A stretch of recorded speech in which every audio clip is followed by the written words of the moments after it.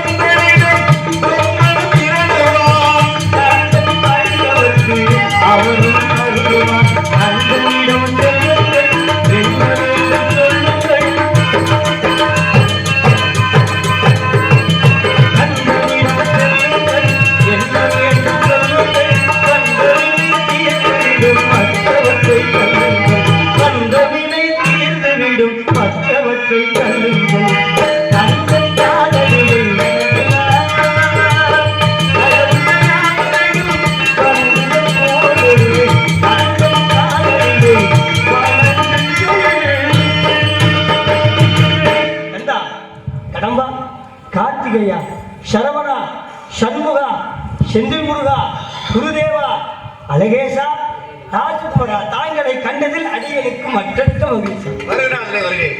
சீர்கொண்ட செம்பட் சிலம்பம் செய்தது உனது சீதள மனசமாவே தரிசனம் எனக்கு அநீதினம் கொடு தண்ணீரை சித்தியம் படி முடித்து கார் கொண்ட கணபர்ம காலமையில் போல் அமிர்த கவிதை மழை தடைபடாமல் கனி என்னுடன் மொழிய வாக்கில் குடியிருந்து கருணை நீ பொழிதல் வேண்டும். பார்கொண்ட சிவபரி பாலக குணாக பிரமானந்த வடிவே பலகுணக அனுந்த பரம ரத்தின வடிவ பரிமள வினோத அமுதே நார் கொண்ட அடியார் மனம் நடன மயிலே பிரம நா வீட்டிலிருந்த குயிலே வேத சப்தபாணி நாத புத்தக பாணி நாரத முனியே வருக. தாங்கள் வரவு நல்வரவாகுங்க. காலங்கள் பல கடந்த நிலையிலே என்னை காண வந்திருந்தாலும் காரணம் இல்லாமல் இருக்காது. இருந்தாலும் கூட வந்தாரை வரவேற்பது தமிழ் பண்பு என்ற முறையிலே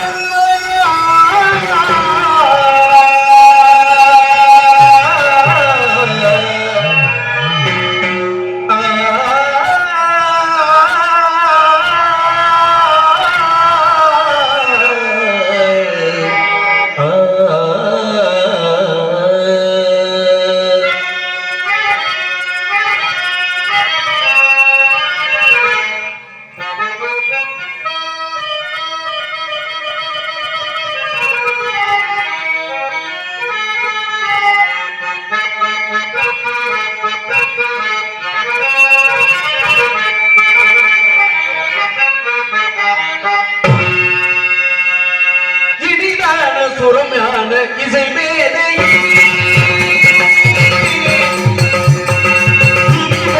சுரமான இசை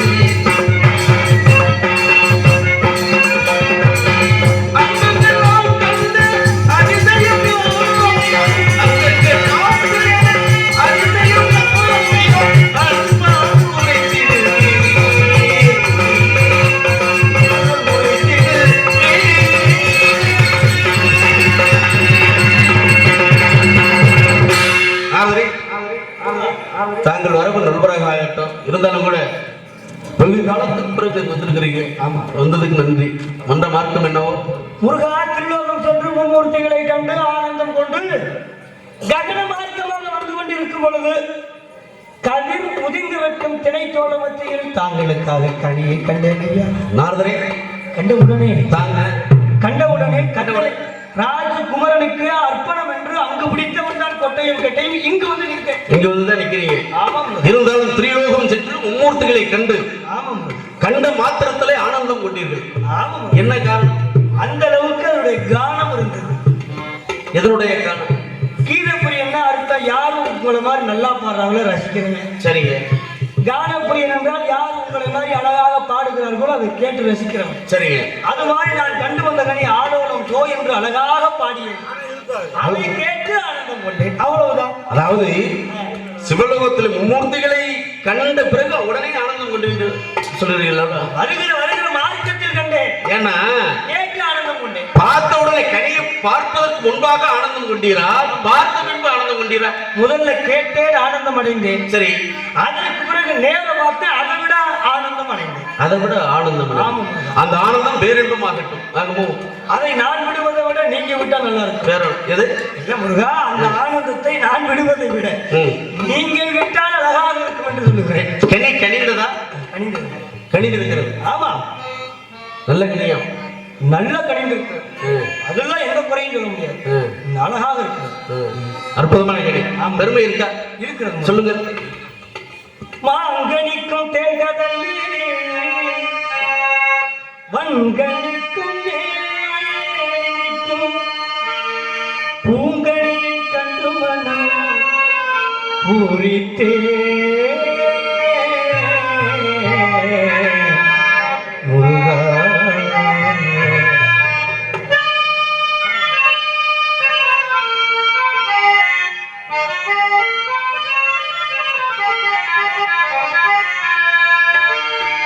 நான் கணிந்தேன், நான் கணிந்தேன் அக்கனியை இக்கனியை கொய்யாமல் கொய்தமைத்தீர்.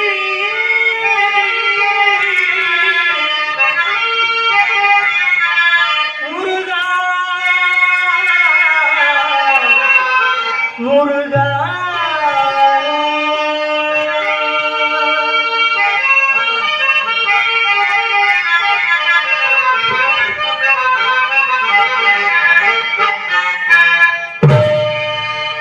மாங்கனிக்கும் தேர்ந்தவரை வன்கனிக்கு மேலடிக்கும் பூங்கனியை கண்டுமணம் அக்கனியை கனவே கொய்யாமல் கொய்தடைக்க வேண்டும். கனம் என்பது ஒரு வினாடி பொழுது.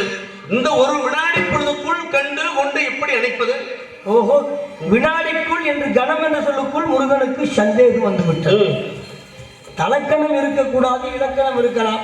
அந்த கணத்தை சொல்ல வல்ல முருகா, நான் தேவகணம் மாறாமல் செல்ல வேண்டும் என்று சொன்னேன்.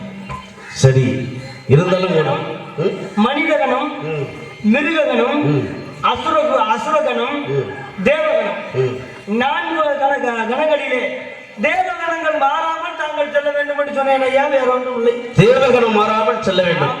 ஏனென்றால் இந்த ஒரு வினாடி பொழுதுக்குள்ள அப்படின்னு சொன்னோம்னா திருத்தேவனம்ல எல்லாம் விலகிருந்தது. அதுபோல கனி கண்டது அப்பளமான மார்க்கம் என்கிறீர்கள். என்ன மார்க்கத்தில் இருக்கிறது? நான் கனியை அடைய வேண்டும். அப்படின்னா என்ன மார்க்கத்தில் செல்லணும்? அன்பு மார்க்கத்தில் இருக்கிறது. அன்பு மார்க்கத்தில் சென்றால்தான் உங்களை அடிமைப்படுத்த வேண்டும் என்ற மார்க்கத்தில் இருக்கிறது. அந்த நோக்கத்தில் இருக்கிறது. அதற்கு நான் அன்பு மார்க்கமாக செல்ல வேண்டும். நீங்கள் அன்பு மார்க்கமாக சென்று பாசாங்கம் பண்ணி அந்த கனியை எப்படியாவது தாங்கள் அடைய வேண்டும். அவ்வளவுதான். அவ்வளவுதான். ஆமா, சுலபமாக அடைய விடலாமோ? அப்படி நினைச்சிடாதீங்க. நான் இந்திரஜாலம் மகேந்திர ஜாலம் எல்லாம் பண்ணி பாக்குறேன். சரி. ஏன் சொல்லவே கேட்கல அந்த கனி. உங்க சொல்லவே கேட்கல. அதனால நீங்க அப்படியே நினைச்சு போயிட முடியாது முருகா. நீங்க பல சோதனை சோதிக்க சோதிச்சாத்தான் அடைய முடியும். சோதித்தான் அடைய முடியும். இருந்தாலும் கூட ஸ்லாக்கியம் என்ன முனியே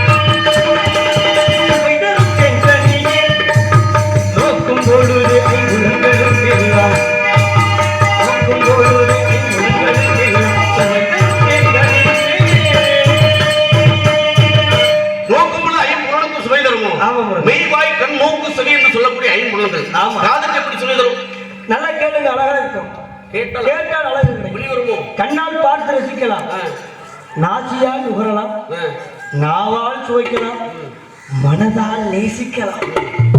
அஞ்சும் இருக்கிறது. அஞ்சும் இருக்கிறது. என்னிடம் நான் கண்டது காதால் கேட்டேன், கண்ணால் பார்த்தேன், அவ்வளவுதான்.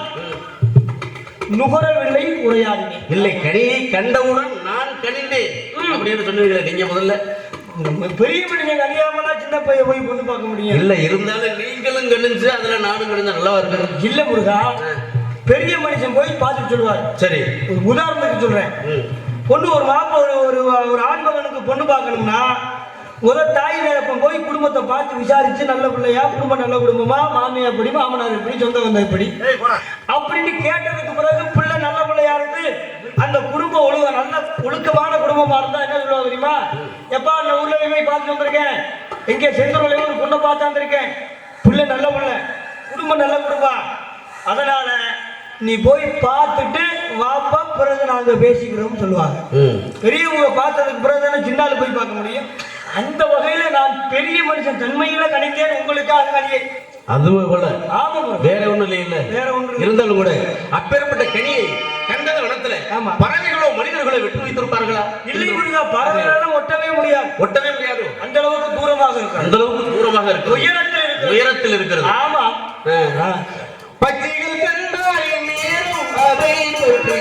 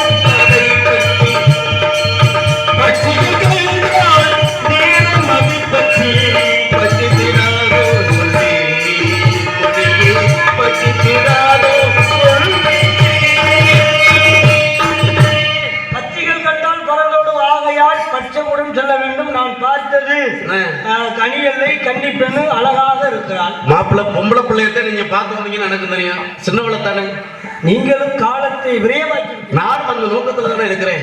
ஏன்னா காலத்தை உணர்ந்து அந்த சந்தர்ப்பத்தை உணர்ந்து எந்த செயலும் செய்ய வேண்டும். ஆமாம், அதை நான் மறந்து விட்டாலும் தூண்டுவதற்காக ஒரு தூண்டுகோலாக இந்த இடத்துல வந்திருக்கிறீர்கள்.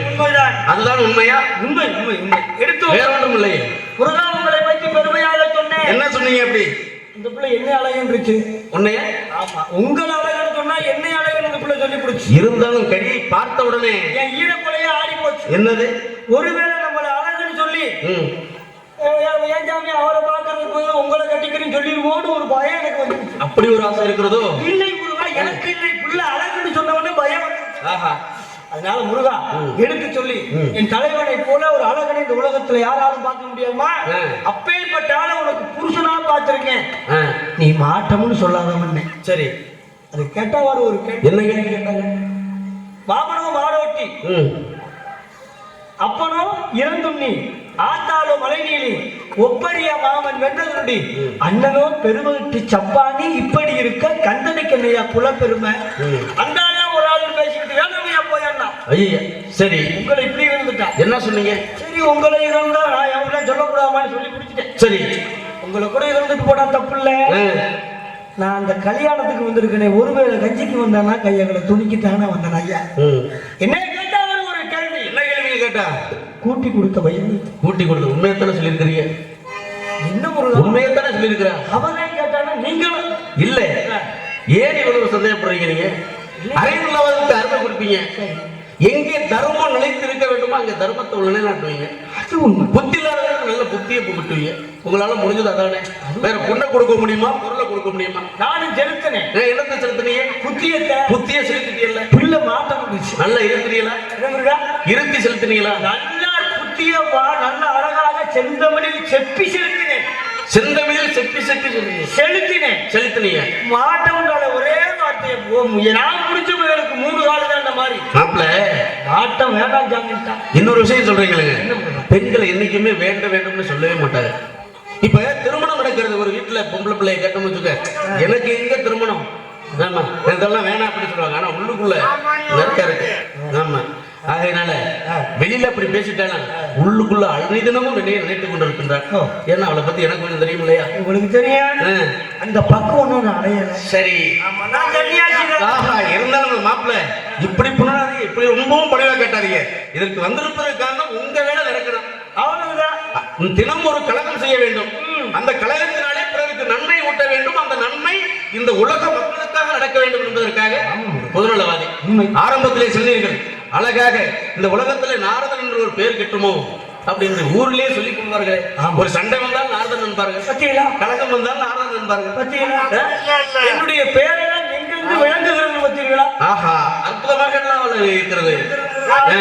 அதனால அவளை எப்படியாவது நீங்க களவு மனம் புரியும். எப்படியாவது என்றால் எப்படின்னா முடிஞ்சிட்டு போயிடலாமா? இல்ல முருகா, இப்படி ஒன்று இலக்கு என்ன பண்றவா வேண்டுவதாக மாறி அன்னவளை வானே தேனே மயிலே குயிலே என்று சொல்லி அவளை களவு மனம் புரிய வேண்டும். களவு மனம் புரிய. அவள் தான் ஆதியில் கொடுத்த வாக்கு அமிர்தவள்ளி சுந்தரவள்ளி. மூத்தவளை திருமணம் செய்து முடித்துவிட்டு இளையவள் சுந்தரவள்ளி என்பவள் வேடுவர் குலத்திலே நம்பிராஜனுக்கு வளர்ப்பு மகனாக இருந்து திரைச்சூழலிலே ஆலோலம் போர் என்று ஆயோசித்துக் கொண்டிருக்கிறார். நாரதரே, இல்லை நாரதரே, உங்க எண்ணம் கண்டிப்பாக நிறைவேறும். ஆனால் ஒன்று என்னவென்றால், இவளை இந்த நேரத்துக்குள் நாம் திருமணம் பண்ணித்தான் ஆக வேண்டுமோ இல்ல கால தாமதப்படுத்த வேண்டுமா? இவ்வளவு ஒன்று ஒரு நேரம் இருக்கிறதா? முருகா, அப்படிலாம் ஒரு நேரம் கிடையாது. அப்ப எந்த நேரத்துல வேணாலும் பண்ணிக்கலாமா? ஏன் உங்களை சோதிக்க தொடர்ந்து உங்களுக்கு அப்பதான் நீங்க சொல்லுங்க. உடனே போனா வந்த வேலை வேகம். ஆமா, இப்படி போனீங்கன்னா நோக்கமே அவளுக்கு இப்படித்தான் இருக்கு.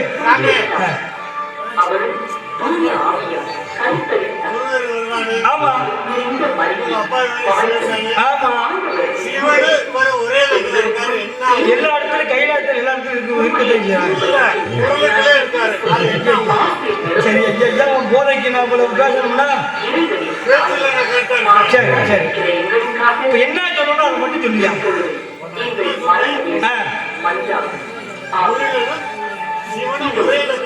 காசு 500 ரூபா வரும்.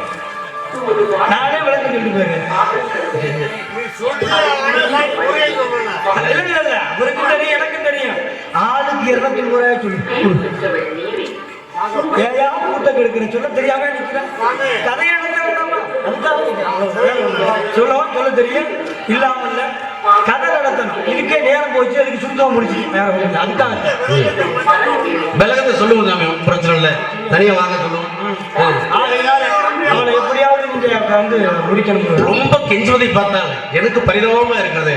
அவ்வளவு பணிவாக காரியம். சரி நாரதரே, பணிஞ்சு. சரி நாரதரே, தெய்வானை கந்தன் ஐயனா வள்ளி மணவாளன காட்சி தருங்க. சென்று வரட்டுமா?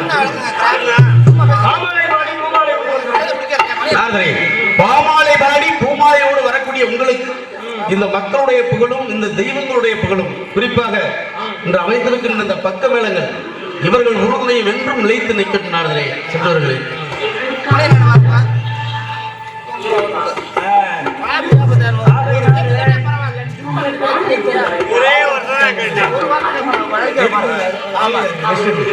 ஐயா,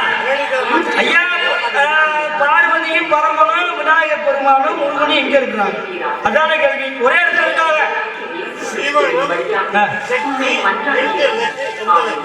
இதைத்தானே நான் சொன்னேன், சிவனு சக்தின்னு சொல்லி பிடிச்சது எதுக்கு?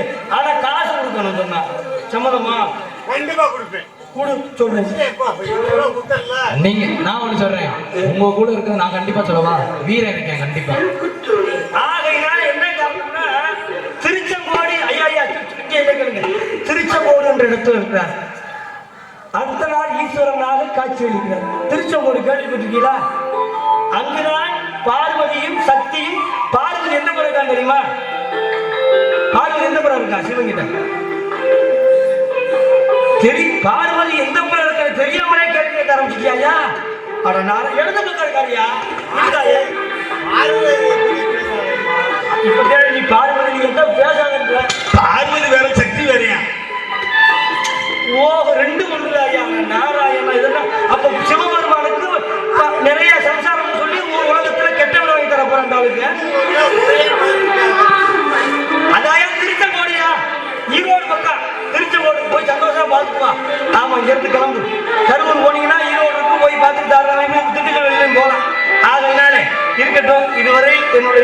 நிகழ்ச்சியை கண்டுகளித்த அத்தனை உள்ளங்களுக்கும் நன்றி நன்றி நன்றி கிடந்தோம்.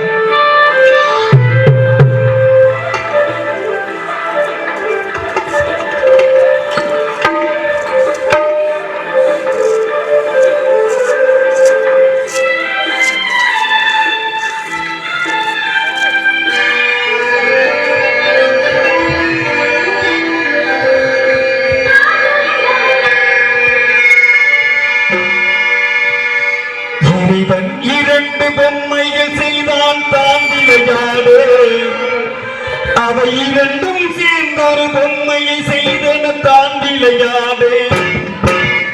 இறைவன் இரண்டு பொம்மைகள் செய்தான் தான் விளையாடு, அவை இரண்டும் சேர்ந்த ஒரு பொம்மையை செய்தன தான் விளையாடு. உன் தாய்மொழிக்குள்ளே என் தாய்மொழி இல்லை, உன் தாய்மொழி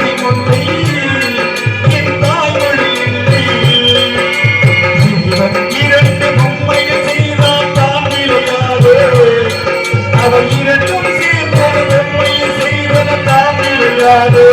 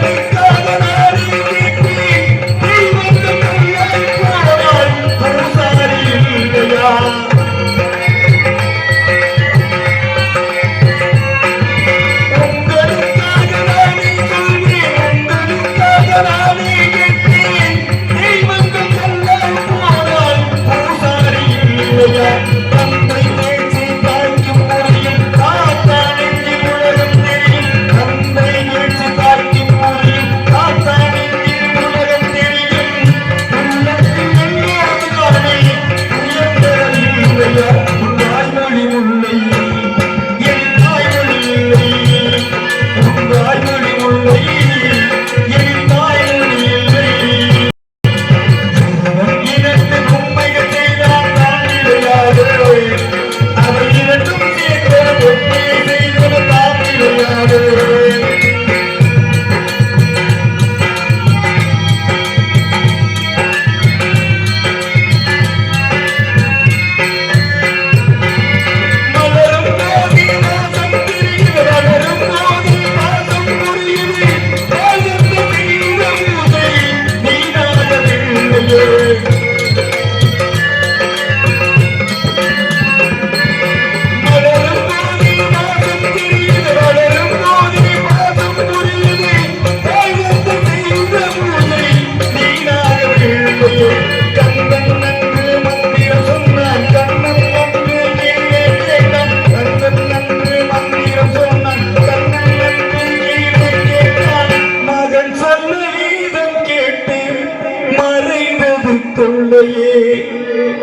உன் தாய்மொழி மொழி என் வாய்மொழி இல்லை, என் தாய்மொழிக்கில்லை